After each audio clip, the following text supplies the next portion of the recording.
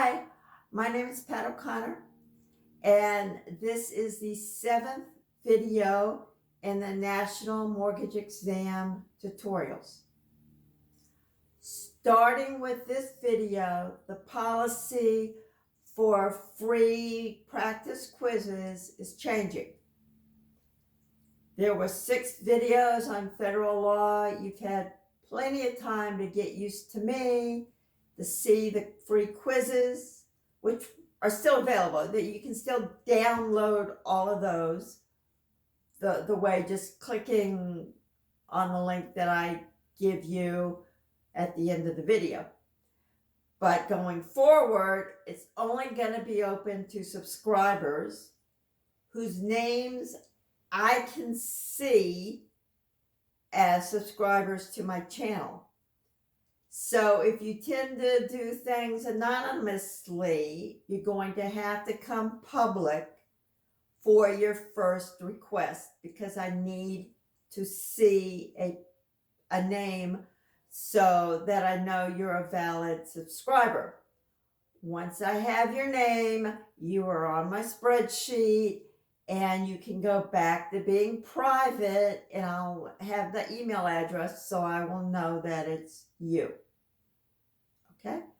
So, the quizzes only available to subscribers. The instructions are at the end of this video. They will change every video. So don't think you can change like one word and you don't have to watch the video and you can request the quizzes. You're going to have to follow the directions exactly. I'm doing this because these are free and subscribers help me. Someday I may be able to monetize this channel, and that will be reimbursement for doing hours and hours of tutorials. All right? So you know by now whether or not you want to listen to me or not. And if you don't want to listen to me and you were just in here to get the quizzes, okay, goodbye. It's been fun. All right, the second thing, some people like to listen to material. Others would like to read it. I have a study guide available for sale on Amazon at this link. It's gotten good reviews over the years. It's updated every year. It's available in paperback and Kindle. Okay, so today we're talking about the fallout from the financial recession of 2008. And I was teaching Florida licensing mortgage classes at that time. And students from all over the country would come to the class because it was a pen and paper exam at the time. And Fort Lauderdale was the default city, and my office was in Fort Lauderdale at that time.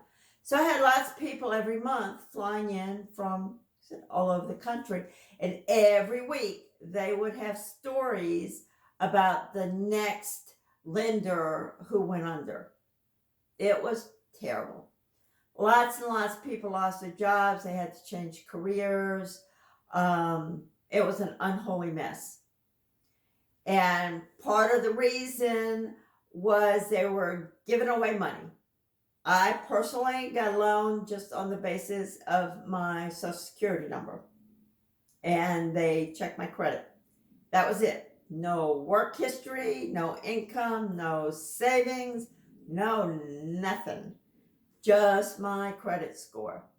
And it's, here's the money, go buy a house. So, okay.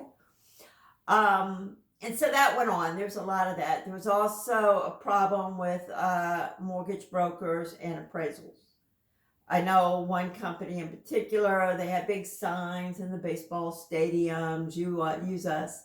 And from what I heard, they would send out the appraisal request to multiple appraisers and then only pay the one that came in with the highest value. So we're going to see that the whole handling of appraisers, who actually requested, who their client is. All of that changed in 2010. All because of this huge mess that happened with the collapse. Okay, so the first thing up on our agenda today, and I do follow the NMLS guideline for the exam content. So the link is in the description underneath the video. If you want to know what's coming up next, you can go click on the link and go and see the content guide. Some parts you might want to skip, and others you might want to make sure that you don't skip. But now everybody will be a subscriber, so you'll get notified when a new video is released every Wednesday. Okay, Dodd-Frank Act passed in 2010, named after the senator and the congressman, the U.S. representative that wrote the thing. Some of the goals were to streamline the federal regulatory agencies. What happens when one of these financial things collapses? Lehman Brothers went under. Nobody bailed them out.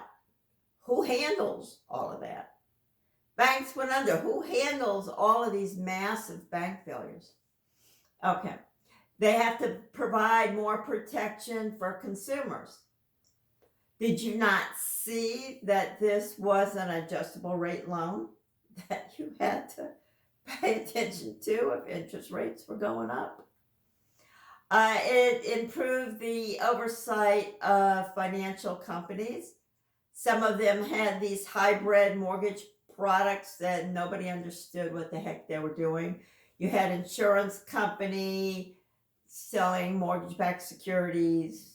If I remember all of this right, everybody getting their hands in it to make a buck. And anyway, some more oversight for that. And again, to establish liquidation procedures for failing financial institutions. What do? Who handles it? Okay, so because of that, there weren't enough of these agencies already established to put all the new regulations in place. So the Dodd-Frank Act established 4 new ones. And the one that you need to be most concerned with for the purposes of the state exam, the national exam, is the Consumer Financial Protection Bureau. And we'll talk about that in more detail in just a few minutes. The other 3 agencies were something called the Financial Stability Oversight Council, an orderly liquidation authority for companies that are bankrupt, Federal Insurance Office. Okay, so those are the 4.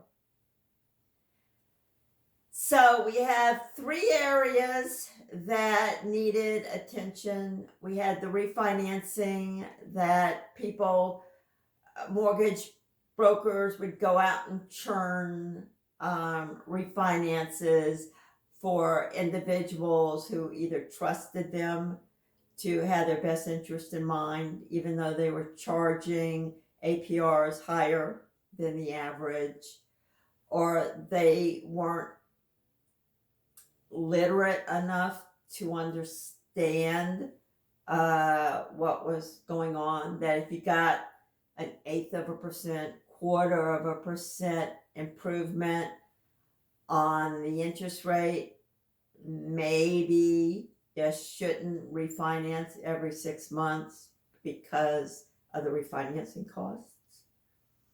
So it addressed refinancing.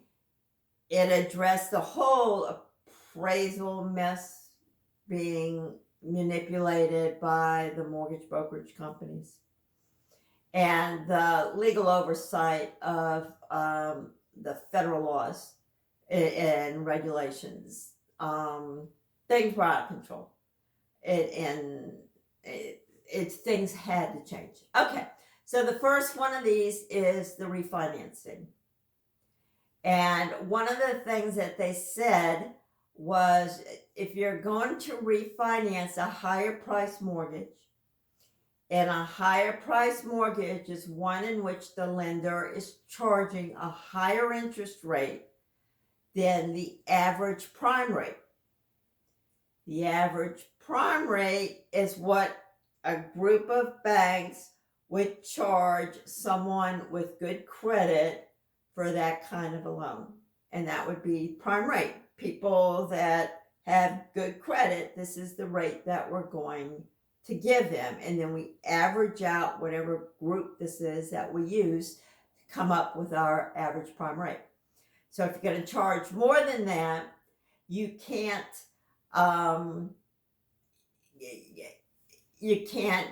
refinance it so that their balance is higher. You can't refinance it so that there's balloon payments. And what a balloon payment is that it's interest only for a certain amount of time, and then the balance is due in one lump sum. And then you can't have it if it's negative amortization, meaning they, at one time, they had loans that, well, if you can't, pay the whole mortgage whole mortgage thing this month, pay the interest part, and then we will just add money to your balance. So instead of paying off the balance got higher, and that's negative amortization. So those were the refinancing changes for loans that had a higher than normal interest rate. Okay, appraiser independence requirements. You got them out of the control of mortgage companies. And there's a few bullet points here. The lenders could not accept an appraisal from anyone who had been selected, retained, or compensated by a mortgage broker or real estate agent. An appraiser can make or break a mortgage deal, right? If the appraiser comes in too low and the buyer and seller can't negotiate, the deal's done. It's gone down the tubes. The appraiser's client is the lender. It is not the mortgage broker. It is not the real estate agent. Appraisers may not discuss valuations with the loan staff. However, real estate agents are okay to talk to appraisers. Sometimes if a number comes in low and the real estate agent has all the comparable sales for the neighborhood, and it is okay for them to talk to the appraiser about maybe adjusting one of the comps that they used. Maybe he missed one or she missed one. Hi, Mr. or Ms. Appraiser, why didn't you use this comp? It's better than comp number 2 that you mentioned in your appraisal. And if the current appraiser couldn't adjust anything, then the real estate agent can request that it be reviewed. And they'll have a desk review. Someone else, another appraiser who specializes in these kind of things, will look and see if perhaps there's room to change the appraisal value. Okay. No one connected to a loan staff can order an appraisal. All right, the lender orders the appraisal. The lender picks the appraiser. They have groups, and they may have a group and say, okay, this group, and then they might have a rotating schedule within that group. No one must specify a desired or expected valuation. Now, this kind of is not enforceable. I'm not sure this one makes sense because Real estate agents free to give the appraiser a copy of the sales contract. And right there it says page 1, the offer price that was accepted. So they're going to find out if they have to get into the house one way or another. The house is going to be locked. So either the real estate agent tells the seller to be home and give the appraiser the sales contract, or the real estate agent will meet the appraiser at the door and hand him the contract. He or she may even give them a list of possible comparables. And that's all fine. There's nothing wrong with that. A copy of the appraisal must be provided to the borrower at least 3 days prior to loan consumption. And that would mean loan funding. It's not the same in every state. So loan consumption, unless the borrowers waive that. Maybe they have to close quickly because the seller is facing a foreclosure and the time's running out. They don't have this 3-day window. Okay, legal oversight of the federal laws and regulations. Before Dodd-Frank was enacted, HUD, U.S. Department of Housing and Urban Development, that we will talk about in a few minutes, was responsible for enforcing a lot of the laws. RESPA, TILA, a lot of them came under HUD. Now, the majority of the rules, including RESPA and TILA, are enforced by the Consumer Financial Protection Bureau. All right, so that was a big change. All right, so that's it for the Dodd-Frank Act. We're going to move along to the Consumer Financial Protection Bureau. This was set up again by the Dodd-Frank Act, and it simplifies consumers' lending forms. TRID, they did away with the truth in lending, APR declaration as a separate document, and they incorporated it into the closing statement and the loan estimate. So they need to protect the public from predatory lending practices, no churning of these vulnerable people. Respond to consumer financial complaints. They have the website, and consumers can go on there and file a complaint. Educate the public and the employees of the financial rules. They have very good, frequently asked questions section on their website.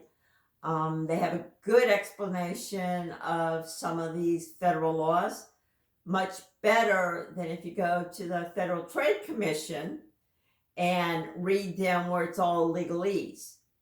On the Consumer Financial Protection Bureau website, it's in plain English for the most part. And they monitor and assess the risk level of current financial practices. Now, they run into some heat because although they're funded by the Federal Reserve, they are the head of the company. The chairman is appointed by Congress, and Congress has the right to legislate changes or to abolish the whole thing. Now, this came into existence under the Obama administration when everybody was recovering. And so it may lean more towards democratic principles of federal regulation. So there's always discussions what's going to happen if the majority in Congress become Republican. Are they going to do away with it? It was a big deal when, Elizabeth Warren was running for president and things like this. So just keep it in mind next election cycle. The website is consumerfinance.gov, and it really is a great area to look for the frequently asked questions, the FAQs. Okay, the last thing we're going to talk about today is HUD, the U.S. Department of Health and Urban Development. It's been around a long time. They are responsible for creating and managing programs to provide affordable housing, protect against housing discrimination, and to help build sustainable communities. So some of the programs that are created and managed by HUD include Section 8 voucher programs. These are for low-income and elderly and disabled individuals that can obtain housing based on their need, and if necessary, HUD will pay the entire amount of the rent, or the local housing agency, someone under HUD's management, will pick up all of the rent if necessary. But usually it's maybe 70%, maybe 50%, and the tenant pays the rest. Rental assistance for the elderly, housing for the disabled, community development block grants to help stabilize and improve neighborhoods, the Office of the Fair Housing and Equal Opportunity. Talk about that in just a second when I talk about the Fair Housing Act.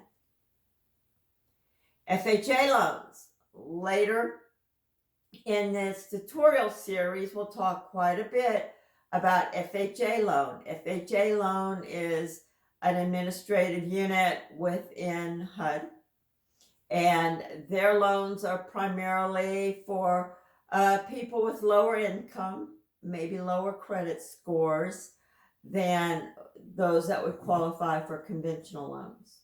They're heavier on the fees than conventional loans. So if you have a choice between FHA loan and conventional loan, you're going to take the conventional loan.